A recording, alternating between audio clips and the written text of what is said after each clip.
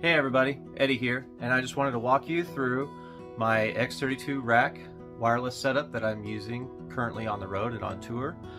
This is a low profile front of house rig. It does not use a snake. This is just using a controller and a tablet to control the console. We send the signal from the console to the controller using a point-to-point wireless bridge.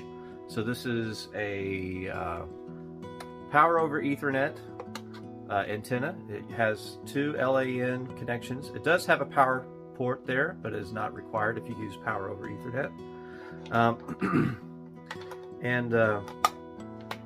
So we have that. This is the injector. So you can see right there it says PoE and LAN. So the LAN connection is plugged into the back of the console. Then the PoE goes out to the antenna. And it's the same thing out front of house. So the PoE goes from the antenna to the PoE injector. And then the LAN port then comes out to my D-Link 5-port switcher. So this will be input 1. That'll be the antenna coming into my switcher. Then the controller plugs into channel 2. My access point here will plug into channel 3. This is just an Apple Airport Extreme for my tablet to have an access point with me at front of house. That way I have nice range in the front of house area while I'm walking around the venue, and it just gives me a nice little bit of coverage that I need to be able to walk around in. And it gives me the access point out in the crowd, so that I'm not sending anything from the stage. I'm already sending just the signal then from here, from the stage to the front of house, and then it's just a piggyback. So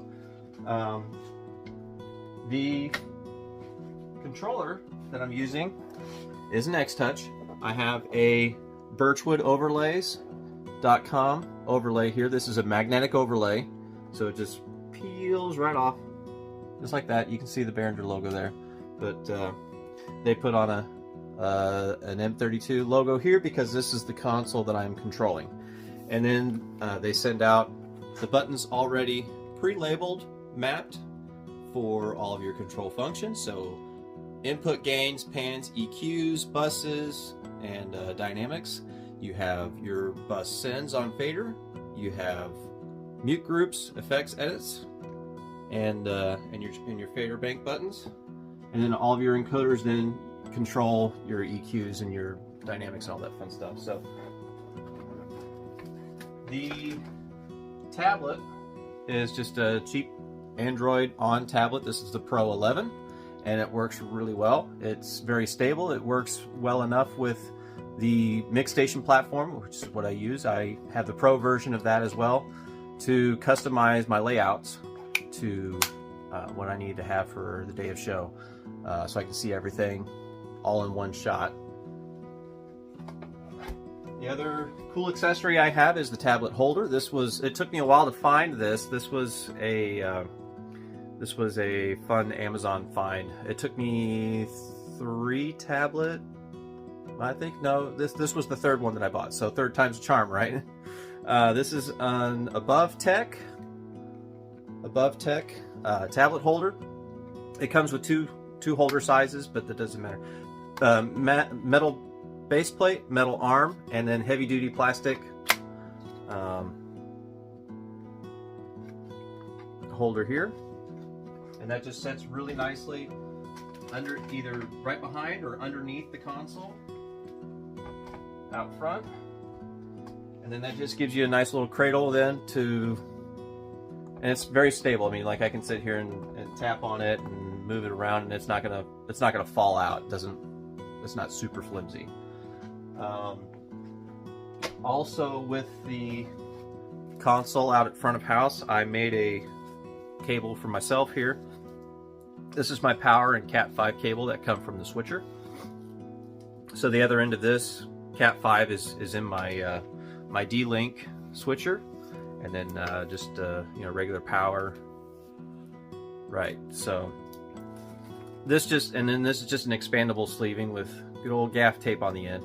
This just cleans it up so it doesn't look like I've got a bunch of wires. It looks like it's all just coming up with one wire.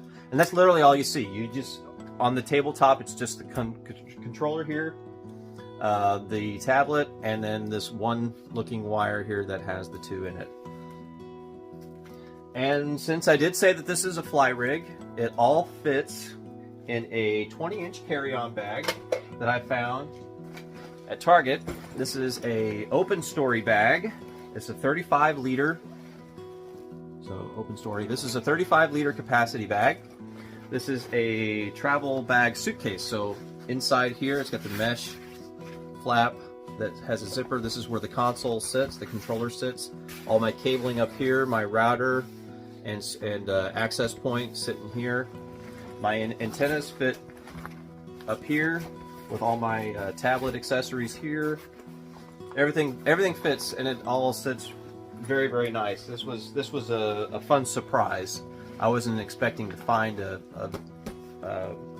bag that would fit everything as well as this does, and then it all stays within a carry-on size. That's it. That's my quick walkthrough of my setup. If you want to have more videos of me going in depth as far as how I have everything hooked up, just a hookup video and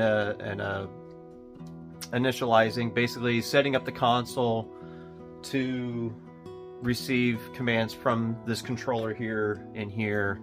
I could do another video of that, or do another video on just the bag and the pack and all that fun stuff. It's a very, very versatile setup. It works brilliantly. I just used it last night for the first time at a gig.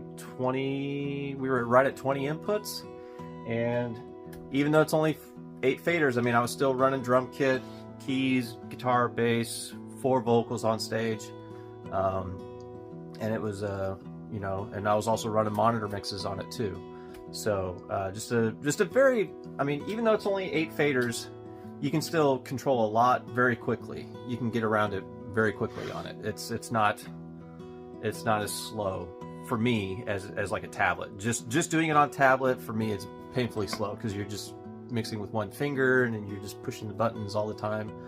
This lets you have both hands on the wheel, eyes on the road. You can push buttons. You can get where you need to go a lot quicker on here. So that's it for today, and I hope you have a great day. Travel safe, and we'll see you on the next one. Take care.